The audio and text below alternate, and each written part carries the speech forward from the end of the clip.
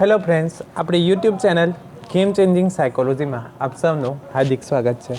આજના વિડીયોમાં આપણે પ્રોબેશન ઓફિસર કે જે વિદ્યાર્થીઓનું મનોવિજ્ઞાન છે એવા વિદ્યાર્થીઓ માટે GSET અથવા તો UGC નેટ માટે તેમજ ટેટ ટાટ અને PSIની પરીક્ષામાં મનોવિજ્ઞાનના જે પ્રશ્ન પૂછાય છે, તો આજના વિડીયોમાં આપણે GCERT એટલે કે ગુજરાતમાં માન્ય જે પાઠ્યપુસ્તક છે એના આધારિત મનોવિજ્ઞાનના ખૂબ જ અગત્યના પ્રશ્ન અંગેની ચર્ચા કરીશું.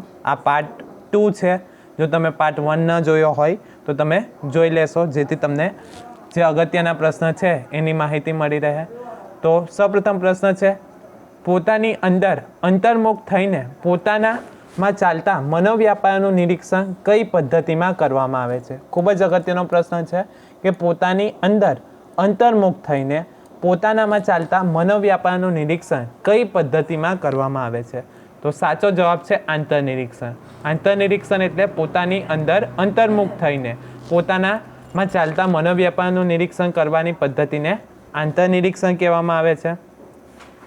પોતાની અંદર અંતર્મુખ થઈ પોતાનામાં ચાલતા મનોવ્યાપારનું નિરીક્ષણ આંતરનિરીક્ષણ પદ્ધતિમાં કરવામાં આવે છે. પ્રત્યેક વિજ્ઞાનની મૂળભૂત પદ્ધતિ એ આંતરનિરીક્ષણ છે. એટલે કે વ્યક્તિના મનમાં જે પણ કંઈ વિચારો ચાલે છે એનું આપણે મૂલ્યાંકન કરવું હોય અથવા તો નિરીક્ષણ કરવું હોય તો એના માટે આંતરનિરીક્ષણ પદ્ધતિનો ઉપયોગ કરવામાં આવે છે. હવે આંતરનિરીક્ષણ પદ્ધતિ જે છે તો એની કેટલીક મર્યાદાઓ છે. ફોર એક્ઝામ્પલ, નાના બાળકો પોતાના મનમાં શું ચાલી રહ્યું છે એનું આંતરનિરીક્ષણ નથી કરી શકતા. ત્યારબાદ છે મનોદુર્બળ બાળકો જે છે, તો એવા બાળકો પણ પોતાના મનમાં શું ચાલે છે એનું નિરીક્ષણ કરી શકતા નથી. તો આ આંતરનિરીક્ષણ પદ્ધતિની કેટલીક મર્યાદાઓ છે. ત્યારબાદ અગત્યનો પ્રશ્ન છે નિરીક્ષણ પદ્ધતિના પ્રકારો.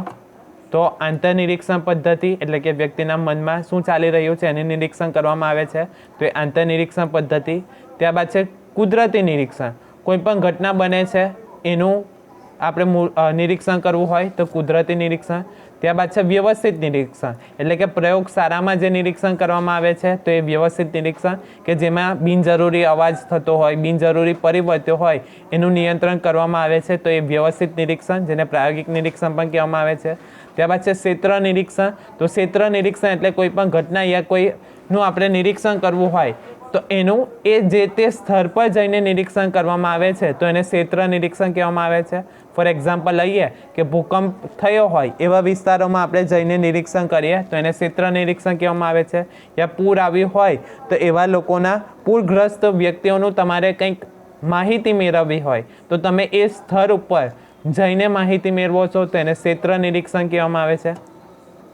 ત્યારબાદ છે સહભાગી નિરીક્ષણ. તો સહભાગી નિરીક્ષણ એટલે કે કોઈ જૂથમાં તમે જોડાઈ જાઓ અને એમાંથી તમે માહિતી મેળવો તો એને સહભાગી નિરીક્ષણ કહેવામાં આવે છે. કોઈ સંસ્કૃતિ હોય યા કોઈ ધર્મના પ્રસંગ અંગેની માહિતી મેળવવી છે તો એ જૂથમાં આપણે સહભાગી થઈ જઈએ એટલે કે એમાં જોડાઈ જઈએ અને પછી માહિતી મેળવીએ તો એને સહભાગી નિરીક્ષણ કહેવામાં આવે છે. અને બીજું છે તુલનાત્મક નિરીક્ષણ. તો તુલનાત્મક નિરીક્ષણ એટલે કે કોઈ બે જૂથ હોય, ફોર એક્ઝામ્પલ A અને B જૂથ, તો એ બે વચ્ચે તુલના તફાવત શું છે એ જાણવા માટે તુલનાત્મક નિરીક્ષણનો ઉપયોગ કરવામાં આવે છે.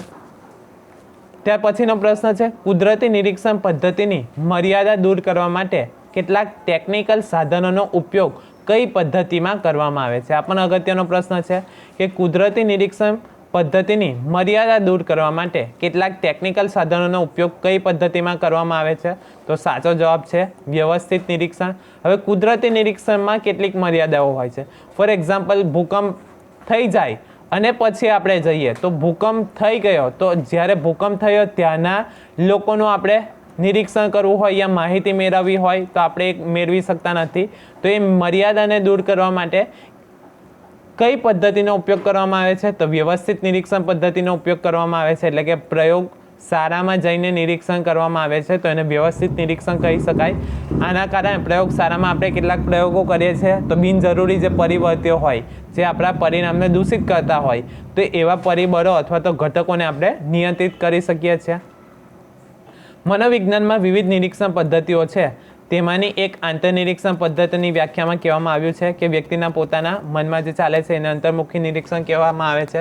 વ્યવસ્થિત નિરીક્ષણ, જેને બીજું નામ છે પ્રયોગશાળામાં કરવામાં આવેલું નિરીક્ષણ પણ કહી શકાય છે. ત્યાર પછીનો પ્રશ્ન છે ચોક્કસ જૂથ વિશેની અપૂરતી માહિતી હોય તો પૂર્ણ માહિતી પ્રાપ્ત કરવા માટે નિરીક્ષક તે જૂથના સભ્ય બનીને કઈ પદ્ધતિ દ્વારા માહિતી પ્રાપ્ત કરી શકે છે? ઓપ્શન એ સહભાગી નિરીક્ષણ, ઓપ્શન બી વ્યવસ્થિત નિરીક્ષણ, ઓપ્શન સી આંતરનિરીક્ષણ અને ઓપ્શન ડી ક્ષેત્ર નિરીક્ષણ. તો સાચો જવાબ આવશે સહભાગી નિરીક્ષણ. જે મેં તમને કહ્યું, ફોર એક્ઝામ્પલ કોઈ ધર્મના પ્રસંગ અંગેની આપણે માહિતી મેળવવી છે કે અમુક ધર્મના વ્યક્તિઓ કોઈ પણ પ્રસંગ હોય ત્યારે કેવું વર્તન કરે છે, તો આપણે એ જૂથમાં આપણે જોડાઈ જઈએ અને પછી માહિતી મેળવીએ તો એને સહભાગી નિરીક્ષણ કહેવામાં આવે છે. જેથી આપણને એ ધર્મ યા એ જૂથ અંગેની માહિતી નથી તો આપણે એ જૂથમાં જોડાઈ જઈએ અને આપણે માહિતી મેળવીએ તો એને સહભાગી નિરીક્ષણ કહેવામાં આવે છે. જ્યારે નિરીક્ષકને કોઈ ચોક્કસ બાબત વિશે અભ્યાસ કરવો હોય, જેમ કે તે બાબત વિશે અન્ય કોઈ જગ્યાએ માહિતી મેળવવી મુશ્કેલ હોય, ત્યારે નિરીક્ષક અમુક ચોક્કસ જૂથનો સભ્ય બની જાય છે. જે મેં તમને કહ્યું એમ કે અમુક ધર્મના લોકો અમુક પ્રસંગમાં કેવા પ્રકારનું વર્તન કરે છે યા એમની રીતો કેવી છે, રીતભાત કેવી છે, તો એ અંગેની આપણે માહિતી મેળવવી હોય તો આપણે એ જૂથના સભ્ય બની જઈએ છીએ અને પછી માહિતી મેળવીએ તો એને સહભાગી નિરીક્ષણ કહેવામાં આવે છે. જેથી નિરીક્ષક તે બાબત વિશે વધુ નિરીક્ષણથી માહિતી મેળવી શકે છે. આ પ્રકારના અવલોકનથી નિરીક્ષક વધુ બારીકાઈથી નિરીક્ષણ કરી શકે છે. તો એવા નિરીક્ષણને સહભાગી નિરીક્ષણ કહેવામાં આવે છે. ત્યાર પછીનો પ્રશ્ન છે, સમયના બચાવ માટે સમાન ગુણ લક્ષણ ધરાવતા પ્રયોગપાત્ર પર એક સાથે અભ્યાસ કરવામાં આવે તે અભ્યાસ કેવા પ્રકારનો અભ્યાસ કહી શકાય? કે આપણે સમયનો બચાવ કરવો છે ત્યારે સમાન ગુણ લક્ષણ ધરાવતા પ્રયોગપાત્ર પર એક સાથે આપણે અભ્યાસ કરીએ તો એવા અભ્યાસને શું કહેવામાં આવે છે? ઓપ્શન એ દીર્ઘકાલીન, ઓપ્શન બી વ્યવસ્થિત, ઓપ્શન સી સમકાલીન અને ઓપ્શન ડી તુલનાત્મક. તો સાચો જવાબ આવશે તુલનાત્મક અભ્યાસ. કે આપણે કોઈ વ્યક્તિ ઉપર અભ્યાસ કરવો છે તો આપણો સમય બગડશે, પરંતુ આપણે કોઈ એ જૂથ અને બી જૂથ બંનેને એક સાથે અભ્યાસ માટે આપણે એનું નિરીક્ષણ કરીએ અને ઇઝીલી આપણે તુલના કરી શકીએ છીએ, જેના કારણે આપણો સમયનો પણ બચાવ થઈ શકે છે. તો એવા અભ્યાસને તુલનાત્મક અભ્યાસ કહેવામાં આવે છે. તુલનાત્મક નિરીક્ષણ પદ્ધતિમાં સમાન ગુણ ધરાવતા પાત્રોને વર્તનની સરખામણી કરવામાં આવે છે. જે મેં તમને કહ્યું એમ બે જૂથોમાં વહેંચણી કરી દેવામાં આવે છે અને પછી તુલના કરવામાં આવે છે. આ પ્રકારની નિરીક્ષણ પદ્ધતિમાં જુદા બે જૂથનું નિરીક્ષણ કરવામાં આવે છે જે સમાન ગુણ લક્ષણ ધરાવતા હોય છે. આ પ્રકારની નિરીક્ષણ પદ્ધતિ દ્વારા બે જૂથોનું ચોક્કસ નિરીક્ષણ કરી શકાય છે, એટલે કે આપણે બે જૂથોની તુલના કરી શકીએ, તેમની યોગ્ય રીતે સરખામણી કરી શકાય છે. તો સમય બચાવવા માટે અને સમાન ગુણ લક્ષણ ધરાવતા પ્રયોગપાત્ર પર એક સાથે અભ્યાસ કરવામાં આવે એવા અભ્યાસને શું કહેવામાં આવે છે? તો તુલનાત્મક અભ્યાસ કહેવામાં આવે છે. એટલે કે આપણે તુલના કમ્પેરિઝન કરી શકીએ. ત્યાર પછીનો પ્રશ્ન છે, કયા પ્રકારનો અભ્યાસ એક પ્રયોગપાત્ર ઉપર ખૂબ જ લાંબા સમય સુધી ચાલુ રહે છે? એટલે કે એક જ પ્રયોગપાત્ર હશે અને એના ઉપર લાંબા સમય સુધી અભ્યાસ ચાલુ રહે એવા અભ્યાસને શું કહેવામાં આવે છે? ઓપ્શન એ સમકાલીન, ઓપ્શન બી દીર્ઘકાલીન, ઓપ્શન સી સહભાગી અને ઓપ્શન ડી તુલનાત્મક. તો સાચો જવાબ આવશે દીર્ઘકાલીન. એટલે કે ફોર એક્ઝામ્પલ બાળકના જન્મથી પુખ્ત વયનો બને છે તો એ દરમિયાન બાળકમાં અથવા તો વ્યક્તિમાં શું ફેરફાર થાય છે અથવા તો શું વિકાસ થાય છે એવો અભ્યાસ કરવો હોય તો એવા અભ્યાસને દીર્ઘકાલીન અભ્યાસ કહેવામાં આવે છે. લાંબા ગાળા સુધી અભ્યાસ કરવાનો હોય ત્યારે દીર્ઘકાલીન પદ્ધતિનો ઉપયોગ કરવામાં આવે છે. એટલે કે 5-10 વર્ષ સુધી કોઈ એક જ વ્યક્તિ પર અભ્યાસ કરવામાં આવે તો એવા અભ્યાસને દીર્ઘકાલીન અભ્યાસ કહેવામાં આવે છે. બાળક નાનાથી મોટું થાય છે તે ગાળા દરમિયાન તેના શરીરમાં થતા ફેરફાર, વ્યવસ્થિત વિકાસ કે કોઈ ખામી વગેરે જાણવા માટે દીર્ઘકાલીન પદ્ધતિનો ઉપયોગ કરવામાં આવે છે. જે મેં તમને કહ્યું એમ કે બાળક નાનું હોય ત્યારથી પુખ્ત વયનું થાય તો એ દરમિયાન બાળકમાં શું ફેરફાર થાય છે એવો અભ્યાસ કરવો હોય તો એ માટે દીર્ઘકાલીન અભ્યાસ આપણે કરી શકીએ છીએ. આ પદ્ધતિ દ્વારા બાળકના શરીરમાં જો કોઈ ખામી વર્તાતી હોય અથવા તો તેના શરીર પર કોઈ ચોક્કસ દવાની આડઅસર થતી હોય અથવા કોઈ ચોક્કસ વિટામિનની ખામી હોય તો એ બધા લક્ષણો આપણે જાણી શકીએ છીએ. શા માટે જાણી શકીએ છીએ? તો આપણે વર્ષો સુધી એના ઉપર અભ્યાસ કરીએ છીએ તો એનામાં શું ચેન્જીસ થાય છે તો એ અંગેની માહિતી આપણને દીર્ઘકાલીન અભ્યાસથી મળી રહે છે. ત્યાર પછીનો પ્રશ્ન છે, કઈ અભ્યાસ પદ્ધતિમાં વ્યક્તિના ભૂતકાળ અને વર્તમાનના અભ્યાસ પરથી ભવિષ્ય વિશે માર્ગદર્શન આપવામાં આવે છે? કે કોઈ પણ કઈ અભ્યાસ પદ્ધતિ કે જે વ્યક્તિના ભૂતકાળ અંગે, વર્તમાન અંગેના સમય અંગેથી ભવિષ્ય અંગેની માહિતી આપવામાં ઉપયોગી સાબિત થઈ શકે છે? ઓપ્શન એ દીર્ઘકાલીન, ઓપ્શન બી વ્યક્તિ ઇતિહાસ પદ્ધતિ, ઓપ્શન સી સમકાલીન પદ્ધતિ અને ઓપ્શન ડી નિરીક્ષણ પદ્ધતિ. તો સાચો જવાબ આપશે વ્યક્તિ ઇતિહાસ પદ્ધતિ. એટલે કે વ્યક્તિના ભૂતકાળ અંગેની માહિતી મેળવવામાં આવે છે કે વ્યક્તિ અમુક પ્રકારનું વર્તન કરતો હતો, તો ભૂતકાળમાં કંઈક અનુભવ થયો હતો એના કારણે વ્યક્તિ વર્તન કરે છે. વર્તમાન સમયમાં કોઈ ઘટના બની છે તો એના કારણે વ્યક્તિ આવું વર્તન કરે છે, અને એના પરથી આપણે એવું અનુમાન કરી શકીએ છીએ કે વ્યક્તિ ભવિષ્યમાં પણ આવા પ્રકારનું વર્તન કરશે. તો એવા અભ્યાસને વ્યક્તિ ઇતિહાસ પદ્ધતિ કહેવામાં આવે છે. વ્યક્તિ ઇતિહાસ પદ્ધતિમાં પ્રયોગપાત્ર વ્યક્તિ ઉપર તેના ઇતિહાસને જાણીને તેના ઉપર અભ્યાસ કરવામાં આવે છે.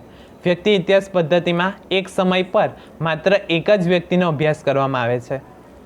આ અભ્યાસ દરમિયાન વ્યક્તિની આસપાસની વ્યક્તિઓ સાથે પણ અમુકવાર સંપર્ક કરીને તેના ઉપર અભ્યાસ કરવામાં આવે છે. એટલે કે વ્યક્તિ ઇતિહાસ પદ્ધતિમાં વ્યક્તિના મિત્રો હોય, કુટુંબ હોય, માતા પિતા હોય, યા જે વ્યક્તિ પર આપણે અભ્યાસ કરી રહ્યા હોય તો એ જે શાળામાં ભણ્યો હોય યા કોલેજમાં ભણ્યો હોય તો ત્યાંથી પણ માહિતી મેળવવામાં આવે છે, અને પછી ભવિષ્ય અંગેની માહિતી અથવા તો માર્ગદર્શન આપવામાં આવે છે. તો એવી પદ્ધતિને વ્યક્તિ ઇતિહાસ પદ્ધતિ કહેવામાં આવે છે.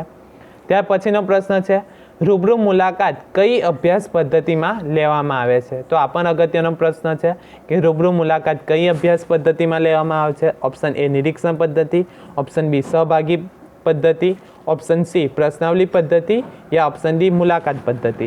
તો સાચો જવાબ છે મુલાકાત પદ્ધતિમાં રૂબરૂ મુલાકાત કરવામાં આવે છે. ઇન્ટરવ્યૂ મેથડનો ઉપયોગ કરવામાં આવે છે. મુલાકાત પદ્ધતિમાં સંશોધક રૂબરૂ મુલાકાત લઈને પ્રયોગપાત્ર સાથે મોઢામોઢની વાતચીત કરે છે તો એને રૂબરૂ મુલાકાત કહેવામાં આવે છે. ઇન્ટરવ્યૂ પદ્ધતિમાં સ્વરચિત મુલાકાત પદ્ધતિ અને અરચિત મુલાકાત પદ્ધતિનો પ્રકારો છે કે જેમાં આપણે ફેરફાર કરી શકીએ અને ફેરફાર ન કરી શકીએ એવી મુલાકાત પદ્ધતિ. તો રૂબરૂ મુલાકાત કઈ પદ્ધતિમાં લેવામાં આવે છે? તો મુલાકાત ઇન્ટરવ્યૂ પદ્ધતિમાં લેવામાં આવે છે, જેથી પ્રયોગપાત્રની કોઈ સમસ્યા હોય યા માહિતી મેળવવી હોય તો આપણે ઇન્ટરવ્યૂ મેથડનો ઉપયોગ કરી શકીએ છીએ. ત્યાર પછીનો પ્રશ્ન છે, કસોટીના સંચાલનની એકવિધતા શું કહેવાય છે? આ ખૂબ જ અગત્યનો પ્રશ્ન છે. કસોટીના સંચાલનની એકવિધતાને શું કહેવામાં આવે છે? ઓપ્શન એ માનાંક, ઓપ્શન બી વિશ્વસનીયતા, ઓપ્શન સી વસ્તુલક્ષિતા અને ઓપ્શન ડી પ્રમાણિકતા. તો સાચો જવાબ આપશે પ્રમાણિકતા. મનોવૈજ્ઞાનિક કસોટીને સંભાળવાની અને તેના પરથી પ્રાપ્તાંકોનું નિરીક્ષણ કરવા માટે નક્કી કરવામાં આવેલી નિશ્ચિત પદ્ધતિને મનોવૈજ્ઞાનિક કસોટીની પ્રમાણિકતા કહેવામાં આવે છે. કસોટીના પરિણામોની વિશ્વસનીયતા જાળવવા માટે કસોટી લેનાર વ્યક્તિએ કસોટી જાહેર કરતી વખતે કસોટીની અગત્યની સૂચના, કસોટી પૂર્ણ કરવા માટેનો નિશ્ચિત સમય, કસોટી સંચાલનની એક સૂત્રતા જાળવવી ખૂબ જ જરૂરી છે.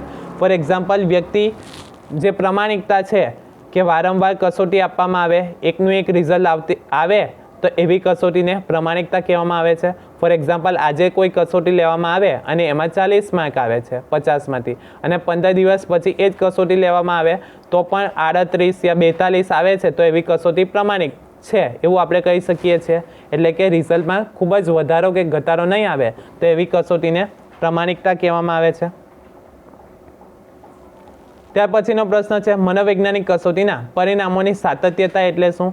ઓપ્શન એ યથાર્થતા, ઓપ્શન બી વિશ્વસનીયતા, ઓપ્શન સી માનાંકો અને ઓપ્શન ડી વસ્તુલક્ષિતા. તો સાચો જવાબ આવશે વિશ્વસનીયતા.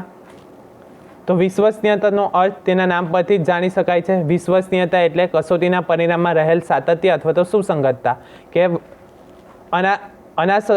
અનાસ્તીના કહેવા પ્રમાણે કોઈ એક જ કસોટી અથવા તો તેની સમકક્ષ કસોટી અમુક વ્યક્તિ કે સમુદાયને જુદા જુદા સમયે આપવામાં આવે અને દરેક વખતે લગભગ સમાન પરિણામો મળે તો તેને વિશ્વસનીયતા કસોટી કહેવામાં આવે છે. જેમ કે પ્રયોગશાળામાં એક પ્રયોગ એક જ અથવા જુદા સમયે અમુક વ્યક્તિઓને આપવામાં આવે અને તે દરેકના પરિણામ સરખા આવે અથવા તો ફેરફાર નહીં થાય તો એવી કસોટીને વિશ્વસનીયતા કહેવામાં આવે છે. જે અગાઉનું એક્ઝામ્પલ હતું એમાં ભૂલ હતી કે વિશ્વસનીયતા એટલે શું કે આજે કસોટી આપવામાં આવે તો 50માંથી 40 માર્ક આવે અને 15 દિવસ પછી યા મહિના પછી એ જ વ્યક્તિને એ જ કસોટી આપવામાં આવે અને એના ગુણ 42 આવે અથવા તો 38 આવે, એટલે કે ઘણો ફેરફાર નહીં થાય એવી કસોટીને વિશ્વસનીયતા કહેવામાં આવે છે. હવે અગાઉનો પ્રશ્ન હતો પ્રમાણિકતા. તો પ્રમાણિકતા એટલે કે જે કસોટી જેના હેતુ માટે બનાવવામાં આવી હોય અને એનું જ માપન કરતી હોય એવી કસોટીને પ્રમાણિકતા કહેવામાં આવે છે. ફોર એક્ઝામ્પલ, બુદ્ધિ માટેની કસોટી બનાવી હોય અને બુદ્ધિનું જ માપન કરતી હોય તો એવી કસોટીને પ્રમાણિકતા કહેવામાં આવે છે.